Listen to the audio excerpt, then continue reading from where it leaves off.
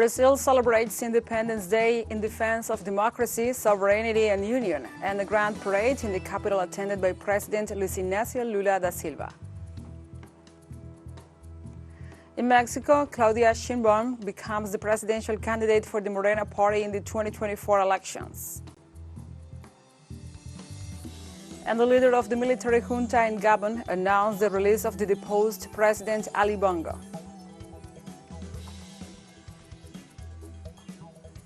From the headquarters of TeleSUR English in Havana, Cuba, this is From the South. I'm your anchor, Gladys Quesada, and these are the news. Brazil celebrates Independence Day in defense of democracy, sovereignty and union, with a grand parade in the capital attended by the President Luis Inácio Lula da Silva. The parade, which started at 9 a.m. local time, gathered around 30,000 people on the esplanade of the ministries in Brasilia. This year, the theme of the Jubilee is democracy, sovereignty and unity.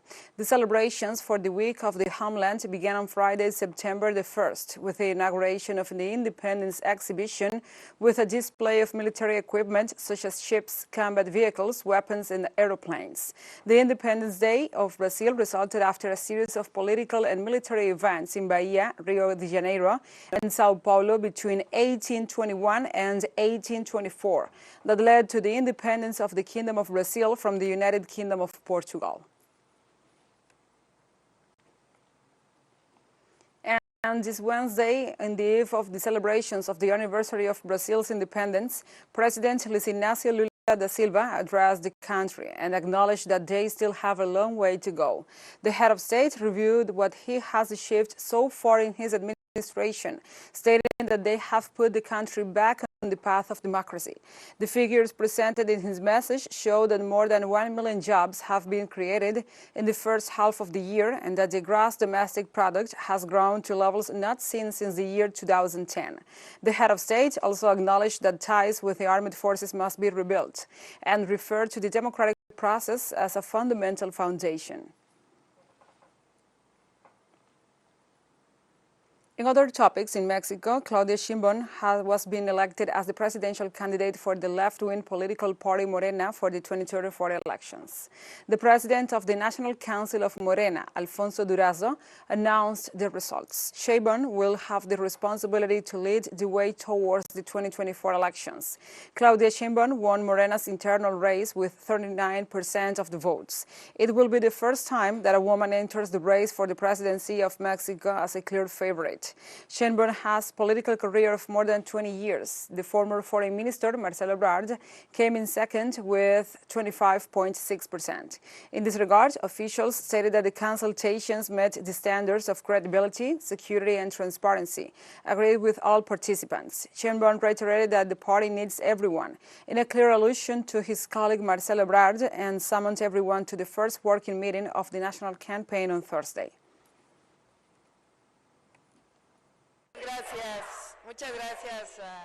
Thank you. Thank all of you. I am thrilled. And I would first like to thank the president of my Morena Party, Mario Delgado, the general secretary, Sindalis, the president of the National Council, the governor of Sonora, Alfonso Durazo, for the great work they have all been doing for a long time, but above all in the process of the survey, where there were working tables, difficulties, and they always came out ahead. Thank you very much for your work, truly, my enormous recognition and admiration. On the other hand, the team of former foreign minister and pre-candidate Marcelo Ebrard, in the voice of his representative Marta Lucia Mischer, ratified that they remain in Morena and that they will settle their differences within the party. We are not going to leave Morena. We are part of this family. We are proudly Morenos. We are happy because many of us have been here for years. If that is what they want, they are not going to achieve it. We are happy in this movement because we are a family, but there are also differences within the family. Mexico's Supreme Court of Justice announced the decriminalization of abortion at the federal level, offering women the legal possibility of accessing free abortion services in public hospitals. The measure was taken after the filing of an injunction by the NGO Grupo de Información en Reproducción Elegida. Judicial authorities established that the medical personnel of any federal institution will not be prosecuted or criminalized for assisting someone who interrupts a pregnancy, since they will be providing a health service. Also, the Supreme Court called on the Congress to eliminate the crime of abortion from the Penal Code.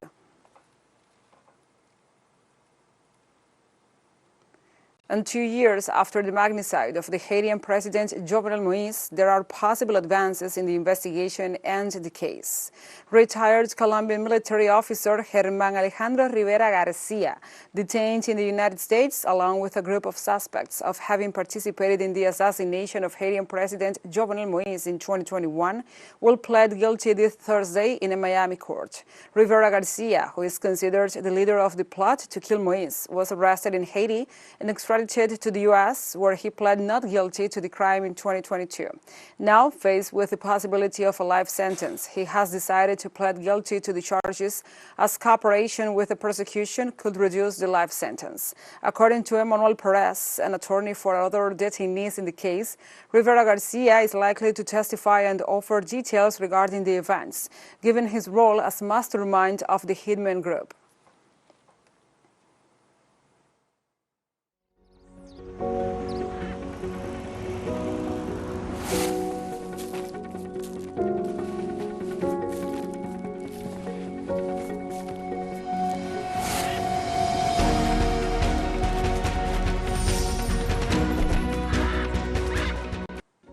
Our colleagues Adriana Sigori and Luis Horacio Gutierrez keep touring Venezuela, finding stories that prove that when there is a will, there is a way.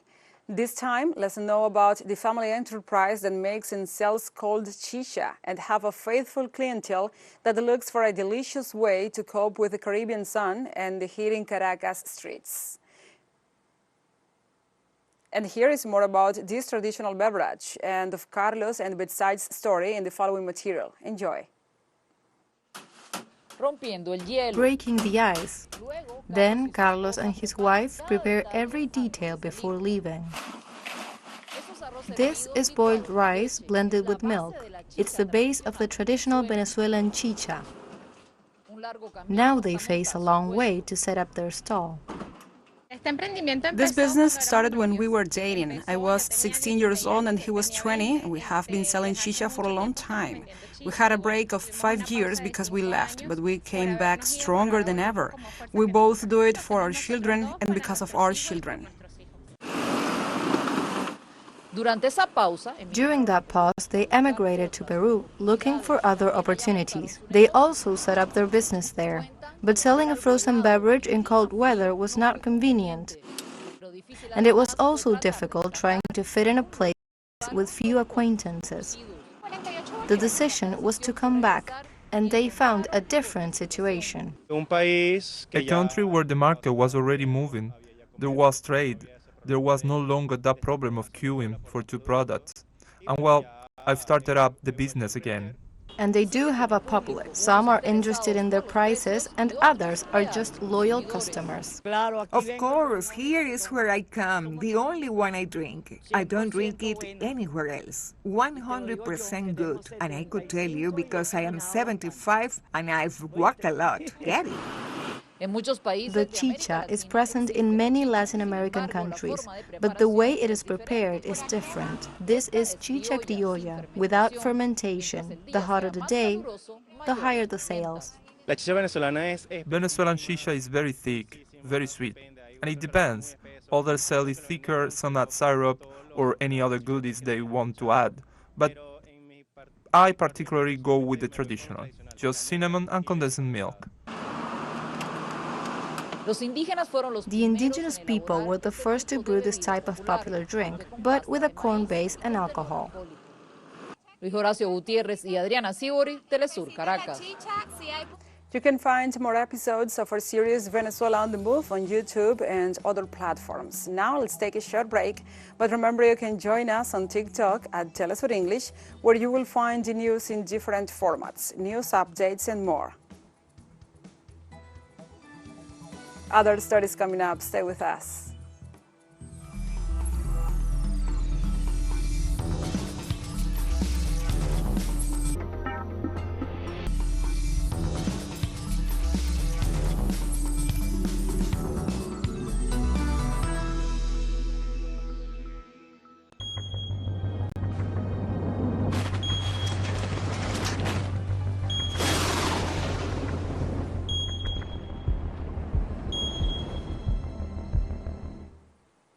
Welcome back. Tropical Storm Lee has already become a Category 1 hurricane and is advancing towards the Lesser Antilles. The United States National Hurricane Center warned that the storm surge generated by Lee, which will continue to strengthen, will reach the Lesser Antilles, the Virgin Islands, and also Puerto Rico. The cyclone is currently registering maximum sustained winds of 120 kilometers per hour and is expected to increase and become an extremely dangerous hurricane by Friday, which formed Tuesday in the Atlantic follows the passage of powerful Hurricane Idalia in what could be an above-normal hurricane season. The death toll from an extratropical cyclone that unleashed torrential rain and flooding in southeast Brazil rose to at least 37 on Wednesday. According to local officials, the storm, which started on Monday, left whole neighborhoods submerged in flood waters in the southern state of Rio Grande do Sul, forcing some residents to climb onto their roofs and wait to be rescued. More than 5,300 people have been forced from their homes, and over 52,000 residents and 70 towns have been affected. The cyclone is the latest in a series of deadly weather disasters to hit Brazil, which experts say are likely being made worse by climate change. Weather specialists have warned that the situation could worsen with more rain forecast for Thursday, Brazil's Independence Day. President Luis Inácio Lula da Silva said he had spoken with the governor and promised his administration's support. On Thursday in the United States, a judge ordered Texas to remove a large floating barrier from the Rio Grande River by September 15th. According to Immigrant Legal Resource Center senior Texas strategist Carolina Canizales, the boys are a symbol of the hate-filled and inhumane policies of Governor Abbott and that he uses to wage war on the immigrants. For his part, Texas Governor Greg Abbott issued a statement saying the state will appeal the ruling and that it will continue to use all strategies to allegedly secure the border, including the deployment of Texas National Guard soldiers. The $1 million, 1,000-foot-long string of giant orange spherical buoys that were put in the river in July, and migrant advocacy groups expressed optimism in the judge's ruling ordering that Texas remove the chain of border buoys the state placed on the Rio Grande at Eagle Pass.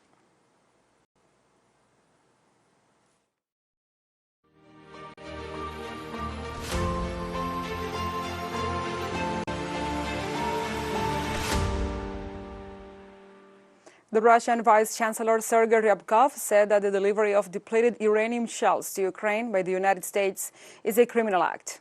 The diplomat pointed out that this act reflects Washington's disregard for the environmental consequences.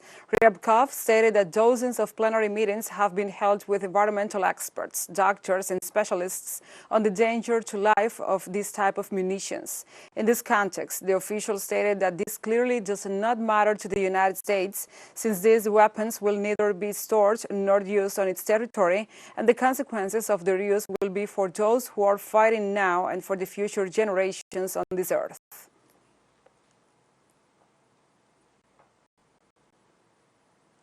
And on Wednesday, Ukrainian President Volodymyr Zelensky appointed Rustem Umerov as his new defense minister. In his first remarks, Umerov vowed to reconquer all territory under Russian military control. Umerov was approved by lawmakers after being proposed by the President Volodymyr Zelensky as the new defense minister. The appointment of Umerov, 41 years old, marks a significant change for Ukraine, more than a year and a half after the Russian special military operation, and comes in the the wake of corruption scandals in the defense ministry. Zelensky nominated Umerov for the post, calling for new approaches in Ukraine's defense ministry. The former business person has been involved in prisoner swap negotiations and talks on grain deals. He is also very active in the Tatar Muslim community in Crimea, which joined Russia from Ukraine in 2014. And the Ukrainian soldiers and the troops reported on the human losses they have suffered following their attempts to defeat the Russian troops.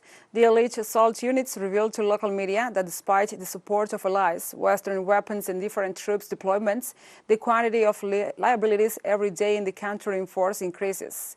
For their part, the Ukrainian military on the front indicated that the massive casualties have affected the deployment of the armored units and the combat equipment. The soldiers added that in addition to the military casualties, there is the pain and suffering of the families and the friends of the fighters who have given their lives in the Ukrainian counteroffensive.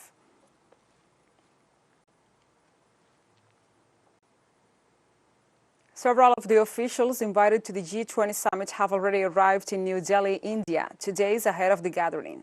The agenda of the meeting, focused on the Global South, will review issues such as gender empowerment, inclusive economic growth, and the development of digital public infrastructure. The G20 leaders have agreed that the Indian presidency is a great opportunity for the countries not represented in the forum. In a previous speech, Prime Minister Narendra Modi assured that the effort will not be that there is no first world, not a third world, but only one world. Let's recall that the G20 members represent around 85% of the global GDP, over 75% of the global trade, and about 2/3 of the world population. The Association of Southeast Asian Nations ASEAN Summit concluded on Thursday in Indonesia with commitment by the United States, China and Russia to promote and enable peace and multilateralism based on international norms. ASEAN gathering was attended by the U.S. Vice President Kamala Harris, the Chinese Premier Li Qiang, and the Russian Foreign Minister Sergei Lavrov for a direct high-level meeting between the parties. The 18-nation meeting caused tension among diplomats in Washington, Beijing, and Moscow because of the armed conflict with Ukraine, Russia, and Washington's interest in Taiwan 2 months after the last meeting. However, in their declaration, they pledged to promote and enable an environment of peace, good stability, governance, prosperity, and sustainable development for all through a culture of dialogue and cooperation, fostering mutual trust and respect for international norms.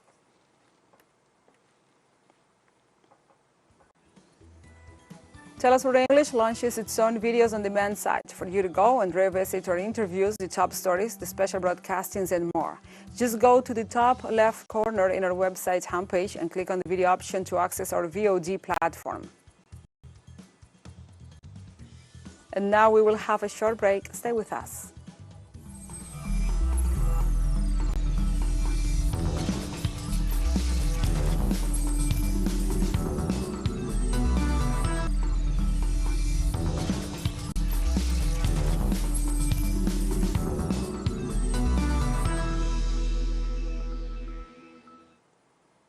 Welcome back. The leader of the military junta in Gabon announced the release of deposed President Ali Bongo on Thursday.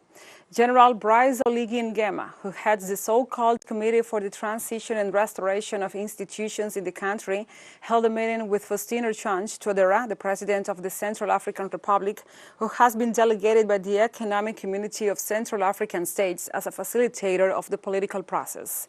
In the framework of this meeting, the release of the deposed president was decided for health reasons, and a roadmap was drafted to allow the return to constitutional order.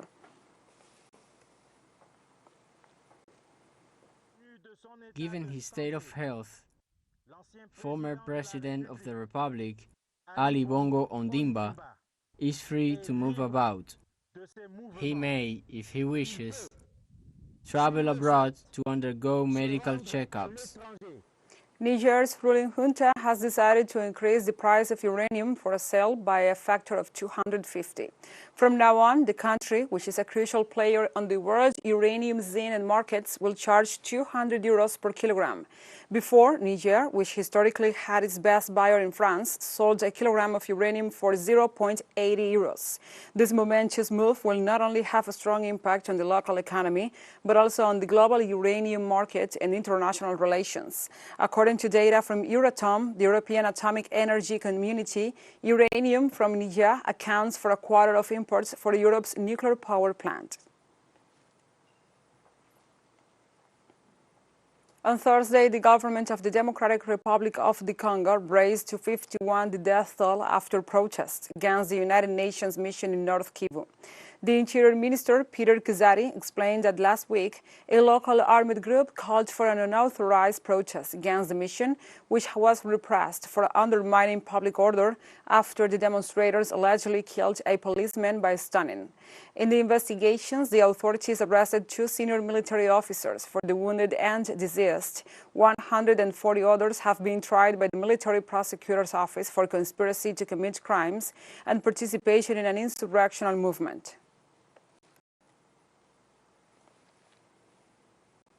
An appeals court in Nigeria rejected 2 out of the 3 petitions on Wednesday to challenge the legitimacy of President Bola Tinubu's victory in the February election. The last petition is still under deliberation in a case that has put Africa's most populous country on the edge. 3 opposing parties challenged the election results, which they say was illegally announced, and argued that Tinubu was not qualified to run for the presidency because he was a citizen of Guinea and allegedly did not have the required academic credentials. The opposition has hinted a possible protest if the court rules in his favor. If the judges uphold the last petition and annul the presidential election, it will be a first in Nigeria's history. And we have come to the end of this news brief. But remember, you can find this and many other stories on our website at telesurenglish.net. And also, if you feel so inclined, please join us on social media for all the latest news. We are on Facebook, X, Instagram, Telegram, and TikTok. For TeleSUR English, I'm your anchor, Gladys Quesada. Thank you for watching.